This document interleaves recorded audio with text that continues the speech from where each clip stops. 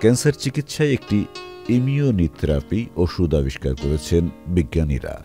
এই ওষুধের ফলাফল বিশ্লেষণ করে তারা বলছেন এটি যুগান্তকারী ঘটনা। এই ওষুধ মস্তিষ্ক ও গলার ক্যান্সারে আক্রান্তদের মধ্যে নতুন আশার সঞ্চার করবে।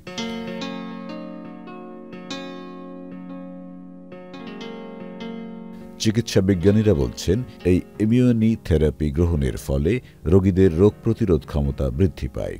এটি শরীরের ভিতরে লুকিয়ে থাকা ক্যান্সারের কোষগুলোকে ধ্বংস করে ফেলে।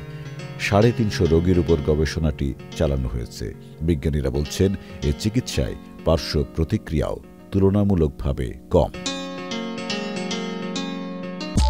NRBC ব্যাংক, সুখবর প্রতিদিন।